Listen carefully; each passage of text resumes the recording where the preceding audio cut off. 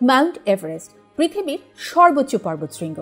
তিব্বতীয়রা শ্রদ্ধা ভরে ডাকে চামলুংমা বা বিশ্ব মাতৃদেবী, নেপালিরা ডাকে সাগর মাথা। আজের উচ্চতা 29,032 ফুট বা 8,848.6 মিটার, মানে প্রায় 5.5 মাইলের মতো উঁচু। পৃথিবীর সবচেয়ে উঁচু বিল্ডিং বুর্জ খলিফাকে যদি 10 বার একটার উপরে আরেকটা খাড়া করে দাঁড় করিয়ে দেন, তাহলে হয়তো মাউন্ট এভারেস্টের চূড়োর কাছাকাছি পৌঁছানো যাবে।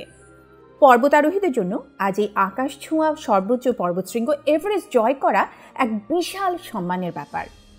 কিন্তু কিভাবে এতটা উঁচু হলো সে, আর তার উচ্চতা কেনই বা আজও এভাবে বেড়েই চলেছে?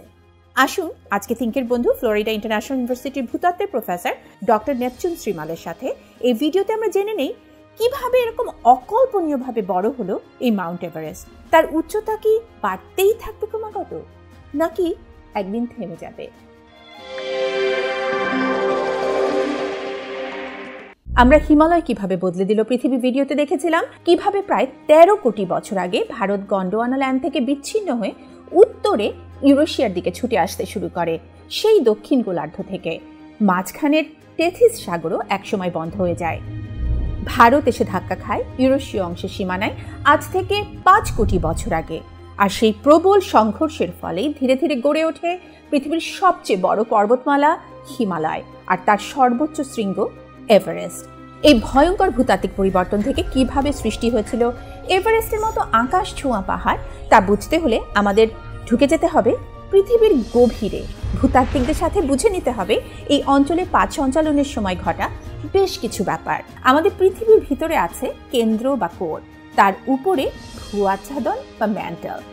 একেবারে উপরের দিকটা কঠিন, যার নাম লিথোস্ফিয়ার বা অশ্বমণ্ডল, যা বেশ কয়েকটা টুকরোয় বিভক্ত। আবার ঠিক তার নিচেই আছে অল্প গলিত স্তর, অ্যাস্থেনোস্ফিয়ার। সেদ্ধ ভাঙা ডিমের খোসা যেমন করে ডিমের গায়ে লেগে থাকে, ঠিক তেমনি করেই এই অশ্বমণ্ডলের টুকরো টুকরো পাতগুলো ঢেকে রাখে আমাদের পৃথিবীকে। এরা অ্যাস্থেনোস্ফিয়ারের উপরে অনবরত সরছে, প্রতিনিয়ত বদলে দিচ্ছে আমাদের পৃথিবীটাকে। ভারতীয় পাতটা তৈরি হয়েছে ভারতীয় মহাদেশ এবং আশেপাশের সাগর মিলে। ভারতীয় পাতের সাথে ইউরেশীয় পাতের সংঘর্ষের সময় মহাদেশীয় পাতগুলো হালকা শিলায় তৈরি বলে অশ্বমণ্ডলে যে অংশে পুরু ভূত্বক থাকে সেটা ওপরে উঠে আসে, আর ওদিকে সামুদ্রিক ভূত্বক ভারী শিলায় তৈরি বলে তারা ঢুকে যায় নিচের দিকে। এই সংঘর্ষ কিন্তু এখনো ফুরোয়নি। ভারত এখনো প্রায় 5 সেন্টিমিটার বেগে উত্তরের দিকে এগোচ্ছে এবং ইউরেশীয় পাতটাকে সমানে ধাক্কা দিয়ে যাচ্ছে। ভারতীয় পাতের সামনের দিকের এই সংঘর্ষের ফলে খণ্ডিত শিলাস্তরগুলো ক্রমাগত ভাঁজ হয়ে যাচ্ছে, আর সেই সাথে বড় বড় ফাটল তৈরি হয়ে এক খণ্ড আরেক খণ্ডের উপরে উঠে যাচ্ছে। ভাঁজ আর শিলাস্তরগুলোর পারস্পরিক এই আরোহণের ফলে হিমালয়ের ভূত্বক সাধারণ ভূত্বকের তুলনায় প্রায় 2 গুণ পুরু হয়ে উঠেছে। আর এই কারণেই প্রতি বছর এভারেস্ট গড়ে এখনো 1.4 মিলিমিটার করে উঁচু হচ্ছে। কিন্তু ভূতাত্ত্বিক বিশ্লেষণে আবার দেখা যাচ্ছে যে হিমালয়ের নিচের অংশটা বা ভূত্বক ভারতীয় গাঙ্গেয় সমতল থেকে দক্ষিণ তিব্বত অব্দি আস্তে আস্তে পুরু হয়ে উঠছে। আলাদা করে যে এভারেস্টের নিচেই মহাদেশীয় ভূত্বক আচমকাভাবে পুরু হয়ে এভারেস্টের উচ্চতা এভাবে বাড়িয়ে দিয়েছে, এমন কোনো প্রমাণ কিন্তু এখনো পাওয়া যায়নি। তাহলে প্রশ্ন হচ্ছে যে এত বড় হিমালয়ে শুধু এভারেস্টেরই এত বিশাল উচ্চতার ব্যাখ্যা কি? জবাবটা হতে পারে এভারেস্টের নিচে উত্তপ্ত বা গলিত শিলার উপস্থিতি। পৃথিবীর আভ্যন্তরীণ তাপের কারণে শিলাস্তূপের নিচের দিকে ক্রমাগত উত্তপ্ত হতে থাকে এবং একসময় গলতে শুরু করে।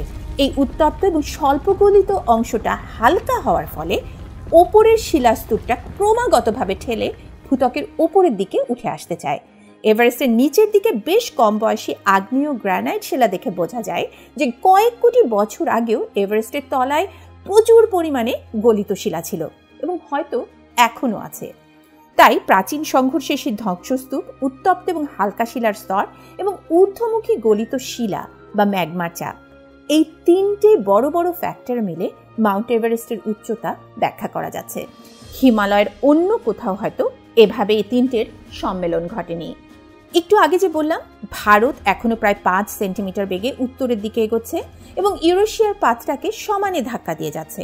ধাক্কায় পর্বতটা যেমনি বাড়ছে তেমনি হিমবাহ, নদী, বাতাস আর ভূমিধসেও ক্রমাগত ক্ষয় হচ্ছে। যত দ্রুত পর্বত উঁচু হচ্ছে তত দ্রুতই হচ্ছে এর ক্ষয়। হিমালয়ের বিপুল উত্থান গত 5 কোটি বছর ধরে বিপুল পরিমাণ ক্ষয়ের কারণ হয়েছে। আর সেই ক্ষয় হওয়া পলিমাটি নদীপথে বয়ে এসে জন্ম দিয়েছে বাংলাদেশের বেশিরভাগ আর পশ্চিমবঙ্গের দক্ষিণ অংশের। এ থেকে কিভাবে জন্ম নিল আমাদের এই বদ্বীপ তা নিয়ে আরেকটি ভিডিওতে বিস্তারিত আলোচনার ইচ্ছে রইল। তাহলে এখন প্রশ্ন হচ্ছে, এই হিমালয় পর্বতমালা আর তার সর্বোচ্চ শৃঙ্গ এভারেস্টের এই উঁচু হওয়ার প্রক্রিয়া কি থামবে না, নাকি চলতেই থাকবে? না, থামবে। পৃথিবীর প্রাচীন পর্বতগুলো, যেমন ধরুন ভারতের আরাবল্লী পর্বতমালা, উত্তর আমেরিকার অ্যাপোলিচিয়ান বা এমনকি আল্পস পর্বতমালাও এককালে হিমালয়ের মতো বিশাল ছিল, কিন্তু আজ তারা ক্ষয়িষ্ণু, ক্রমশ ক্ষয়ের ফলে ছোট হয়ে আসছে। দুটো পাতের সংঘর্ষের ফলে প্রথমে দ্রুত পাহাড়গুলো বড় হতে থাকলেও একসময় এই বড় হওয়া কিন্তু বন্ধ হয়ে যায়। তাই একদিন হিমালয় পর্বতমালা এবং আমাদের এই এভারেস্টেরও উঁচু হওয়ার প্রক্রিয়া একদিন শেষ হবে। তাদের শুধুই ক্ষয় হতে থাকবে এবং তাদের উচ্চতাও ক্রমাগতভাবে কমে আসতে শুরু করবে। ধীরে ধীরে ক্ষয়ে গিয়ে নিজের প্রতিচ্ছবি হয়ে যাবে একদিন। প্রকৃতির এই নিয়ম, তারই ভাঙা গড়া চলতেই থাকে প্রতিনিয়ত।